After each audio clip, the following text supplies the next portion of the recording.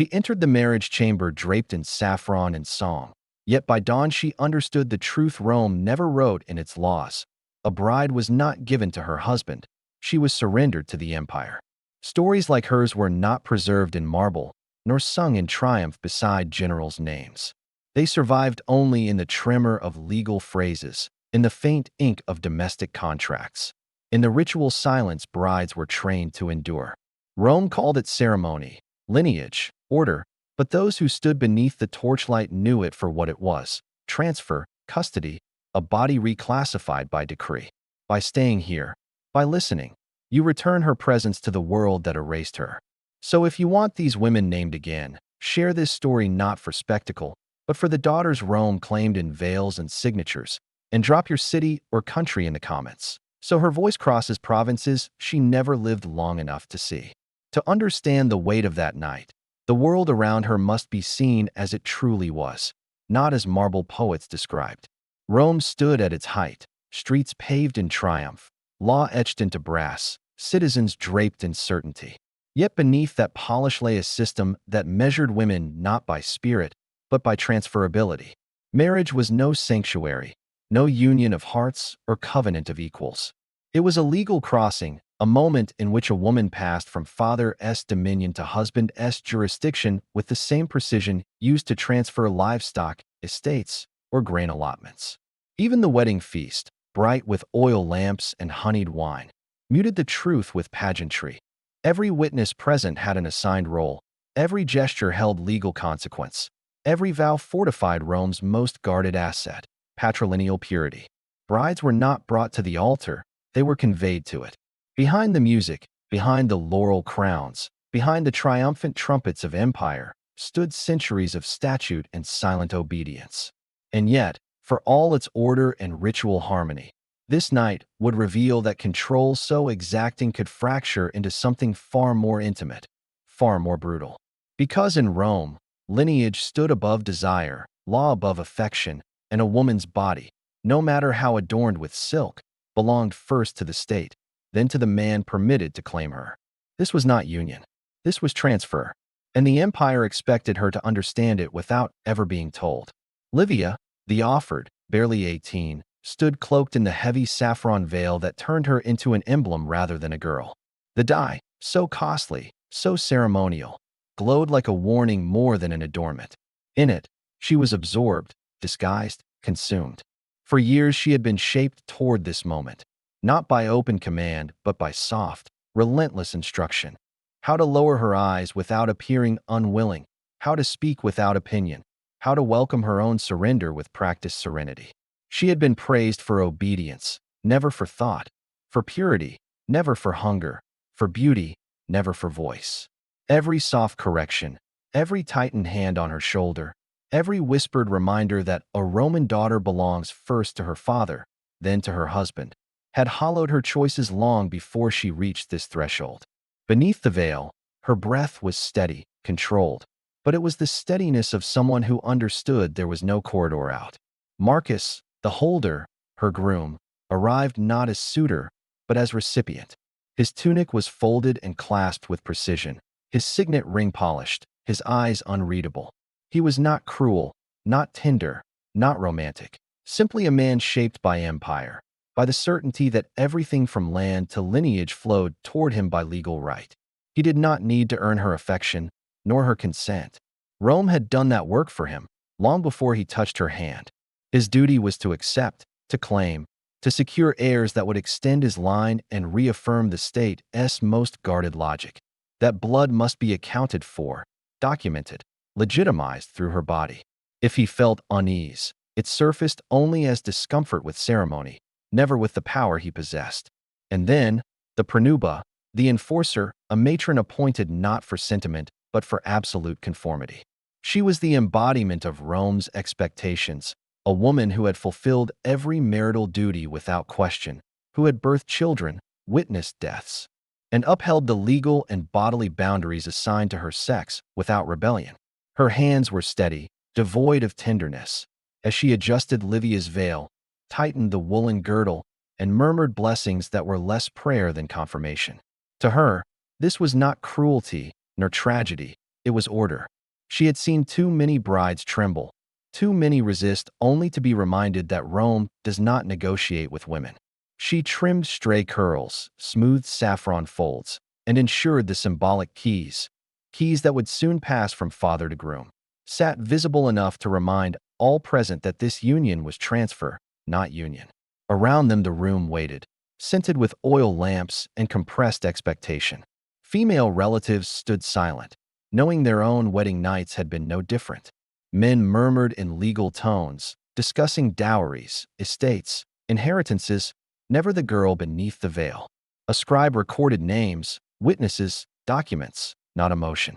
None of them realized, or perhaps none dared to say, that each role was a wound carried forward.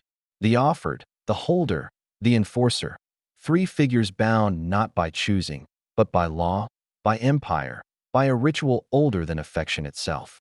Yet beneath the glow of torches and wine-soaked songs, the truth pulsed like a hidden bruise. This night was not hers, and never would be. The empire had written her script long before she could speak. Each of them would discover, before dawn, that marriage in Rome was not a joining of hearts, but a certification of control, and that even silence has a breaking point. The procession moved through the domus with the gravity of a state ritual, not a celebration. Musicians played softly, but their melody could not soften what every guest recognized beneath it. This was transfer. This was confirmation. This was Rome witnessing itself through the body of a bride. Livia walked slowly, steps narrowed by the woolen girdle that cinched her waist like a binding oath. Each stride was measured, rehearsed, observed. No trembling, no hesitation.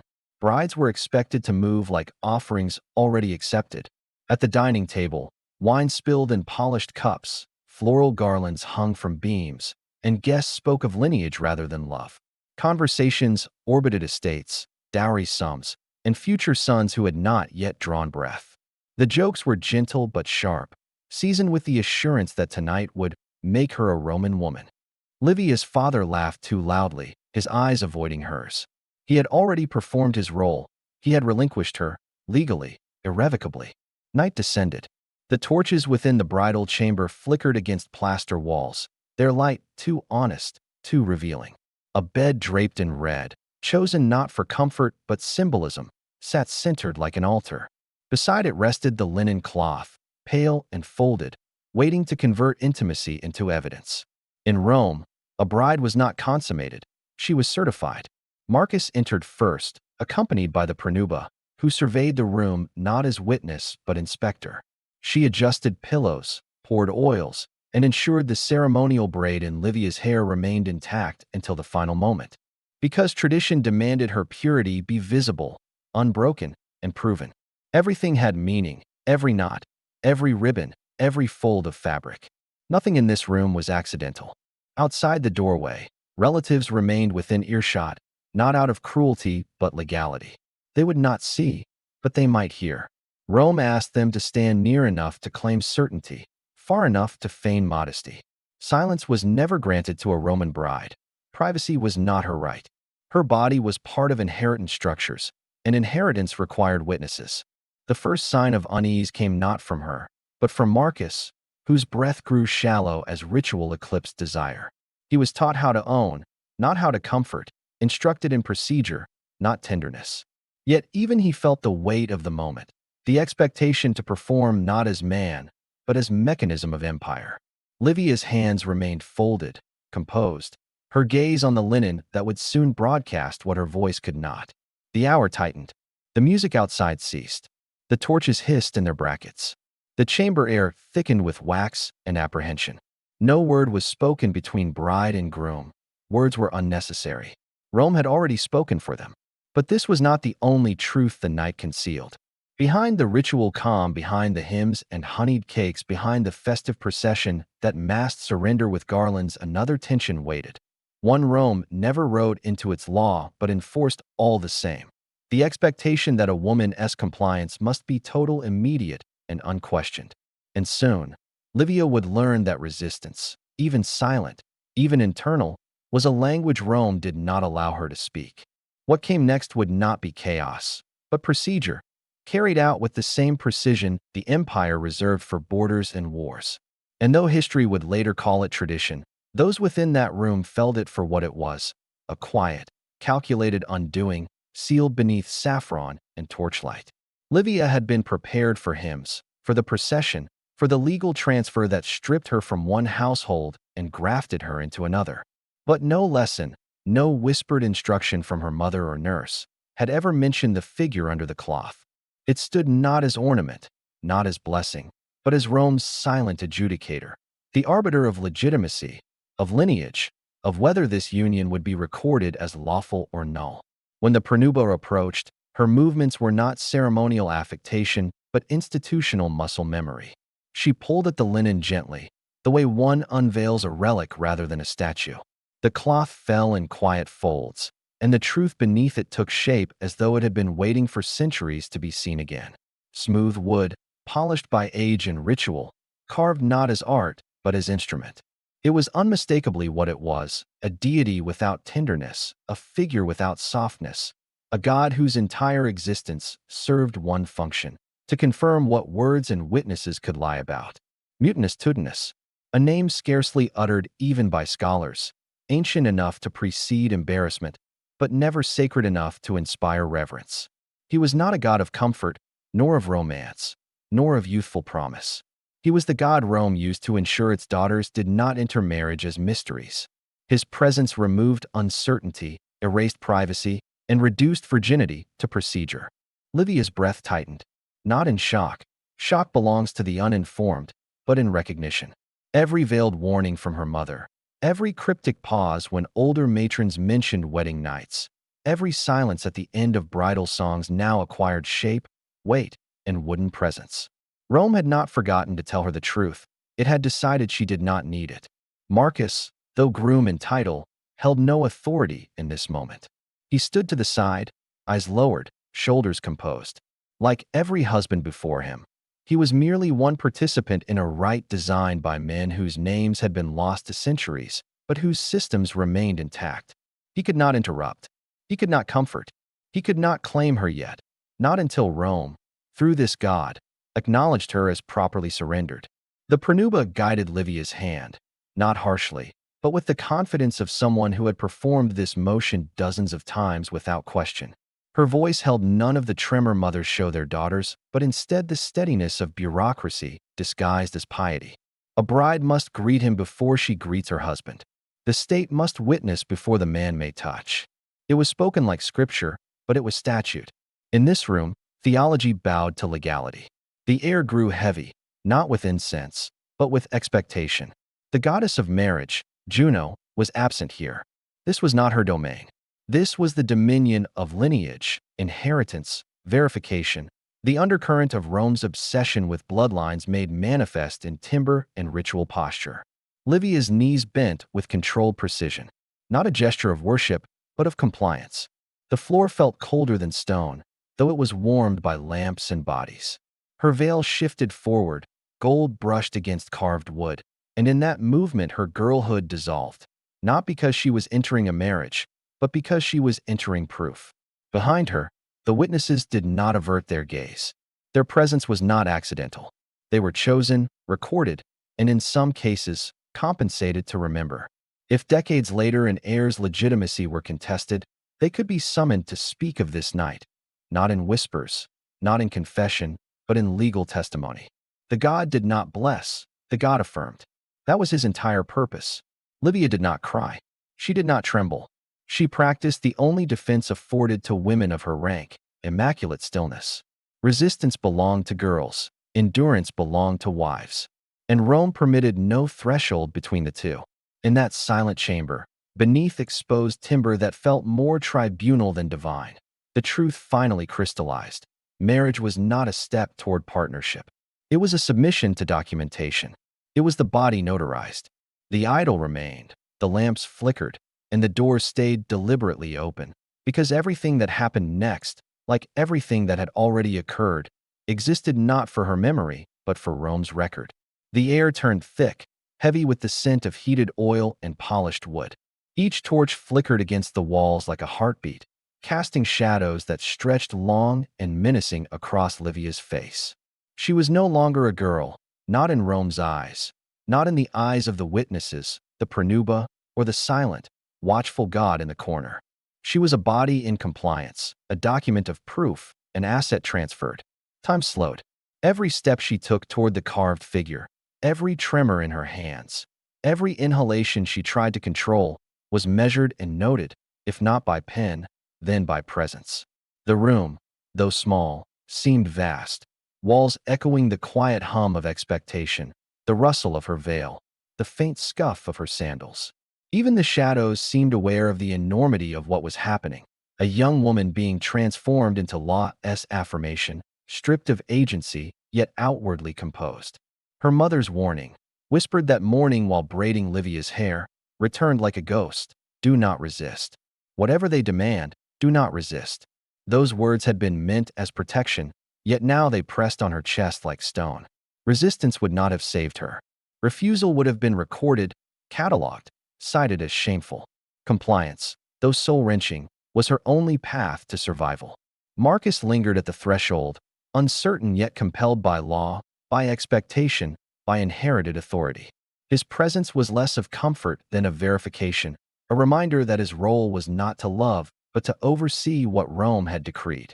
Even he seemed caught in the weight of the ritual, aware in some faint way that intimacy had been stripped of tenderness, replaced by observation and obligation. The pranuba's hands were firm, guiding Livia's posture, adjusting the folds of her veil, her fingers cold and precise. She was the living instrument of centuries of law and tradition. Nothing could be left to chance. Every ribbon, every braid, every inch of saffron-draped hair served as witness to purity, compliance, and readiness. The ceremony was not just a transfer to Marcus. It was a public affirmation to Rome that she had entered fully into its dominion. Time fractured in that chamber. One heartbeat felt like a minute. One movement, one glance, one exhalation was weighty enough to fracture courage. The god in the corner waited silently, a carved arbiter of obedience. Its presence transformed the room into a tribunal, its shadow casting doubt and inevitability over every action. There was no escape, only endurance. And in that silence, Livia understood what the empire demanded of her.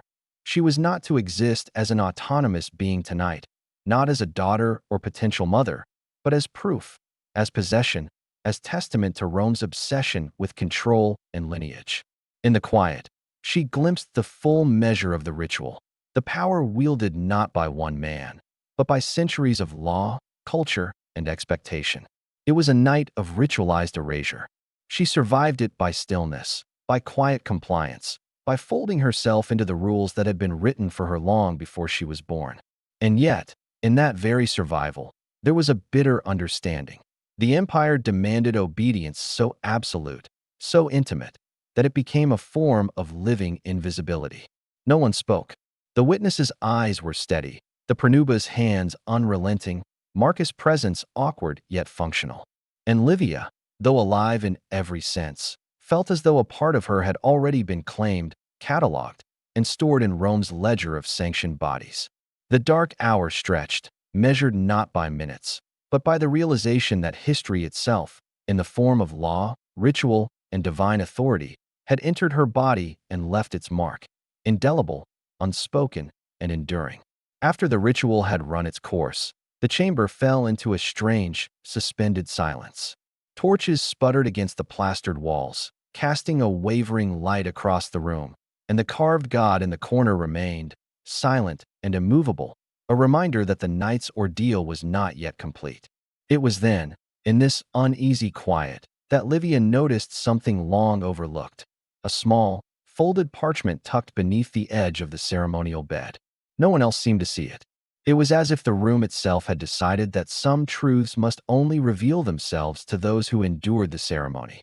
When she unfolded it, the words scrawled in faint, cramped Latin were not poetic blessings, but instructions, directions for the pranuba, the witnesses, even for the groom, detailing exactly how the bride's body must be assessed, measured, and recorded. Every line underscored the chilling logic of Roman marriage. The union was incomplete until verification existed, documented in observation, in testimony, in precise measurement of virginity, readiness, and compliance. The parchment made it undeniable. She was not being married. She was being certified, not for love, not for desire, but for law, lineage, and empire. Behind the bed, beneath its heavy drapery, she noticed a second revelation, a small compartment carved into the floor, once concealed by rug and matting. Inside were remnants of brides long before her, linen scraps, tiny tokens, notes written in the margins of contracts. Some hinted at fear, some at despair, others at compliance that had become instinct. Every object, though seemingly trivial, bore witness to a history of enforced obedience and silent endurance. The centuries of women who had come before her had left evidence, not for posterity in a literary sense, but as a quiet testament to the empire's reach over the human body. The realization struck with clarity. She was not merely participating in tradition.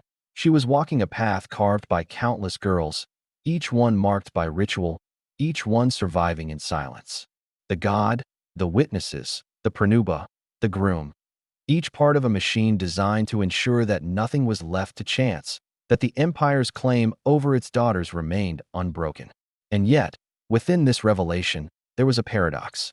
Though her body had been transferred, documented, scrutinized, it had also become a vessel of memory. In the quiet, the parchment, the hidden compartment, and the silent objects whispered that survival was itself a kind of defiance. The empire might claim control, but it could not claim memory. It could not erase what had been endured. She understood at last. Rome had not married her. Rome had documented her. Every motion, every sigh, every breath had been notarized, recorded, and witnessed. But the proof of the empire's power also became the proof of her endurance. She had survived a night designed to erase choice, yet she now held knowledge invisible to those outside the room. In that space, in that stillness, the hidden truth of Roman marriage revealed itself, not as ceremony, not as union, but as mastery, observation, and survival. In the end, she realized that these objects, these notes, these carved spaces were meant to endure longer than memory, longer than law, longer than the empire itself. And because she saw them, because she understood their message, she became part of the hidden legacy of all the women whose names Rome would never record, but whose lives had quietly, irrevocably, shaped history. Historians argue endlessly about what this night truly represented, and yet the documents, the fragments, and the ritual instructions all point to a grim, inescapable reality. One theory suggests that the god, the witnesses, and the scrutiny were purely legal instruments, designed to guarantee legitimate heirs, to prevent disputes over inheritance, and to maintain the empire's obsession with lineage. To Rome, it was a matter of logistics. The bride was a conduit for bloodlines, her body a ledger entry, her compliance a contract signed in flesh rather than ink. Another theory posits a more psychological reading, that the rituals were intentionally structured to instill obedience, to erase rebellion, to assert total control over women at the most intimate level. By exposing them to witnesses, to carved idols, to measurement and ritual, Rome trained its daughters in submission. It was not enough for a girl to be legally transferred. She had to be psychologically and socially molded into a vessel for compliance, ensuring the state's influence extended into the deepest corners of domestic life. A third interpretation examines the social reinforcement of shame and silence. Scholars point out that every participant, the pranuba, the groom, the witnesses, acted as enforcers of a cultural logic that equated virtue with obedience. The bride's fear, embarrassment, or resistance were irrelevant. What mattered was the projection of perfection, purity, and submission. In this reading, the ritual was a theater of surveillance, performed not merely for gods or law, but for the cultural psyche itself. It conditioned entire generations of women to accept that their bodies were instruments of authority and history, rather than the repositories of personal autonomy. And yet, the truth may lie somewhere between these perspectives. Rome demanded legitimacy, certainty, and lineage, but it also relied on psychological domination and social ritual to maintain control. The empire could command property, but it could not compel thought. It could enforce appearances, but not private defiance. Livia's experience, repeated in countless households for generations, reveals both the systemic efficiency of Roman law and the human cost it exacted. It shows how bodies were transformed into evidence, how silence became compulsory, and how endurance became the only currency women could claim in a world that measured them solely by their ability to comply. The parchment, the hidden compartments, the carved idols, all survive as fragments of memory. They whisper that behind every law, every ceremony, and every witness stood a network of fear, shame, and survival. They remind us that historical systems are never abstract.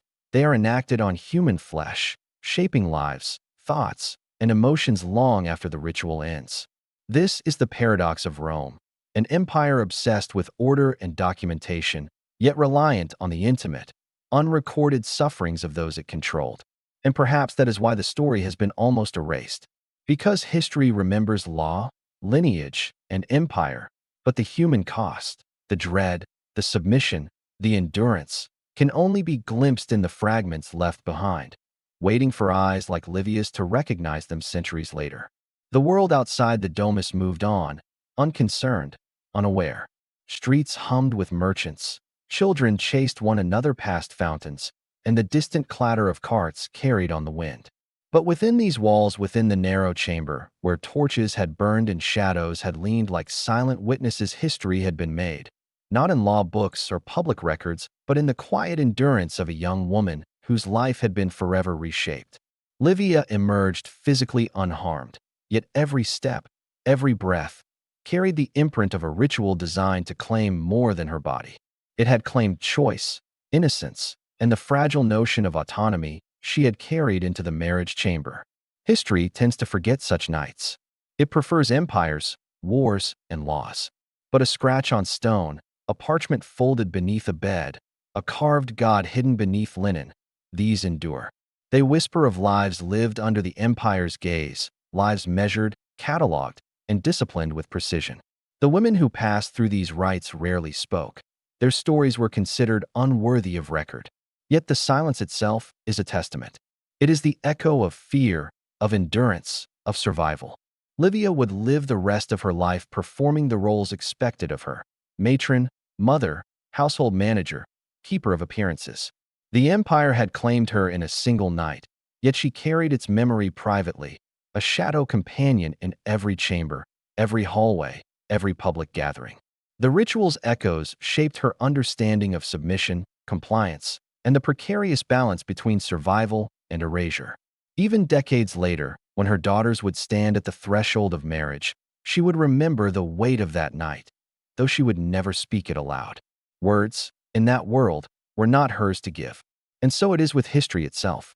Rome is often celebrated for law, governance, and order, yet these same systems depended on the quiet suffering of countless women, each one enduring, complying, and surviving in silence.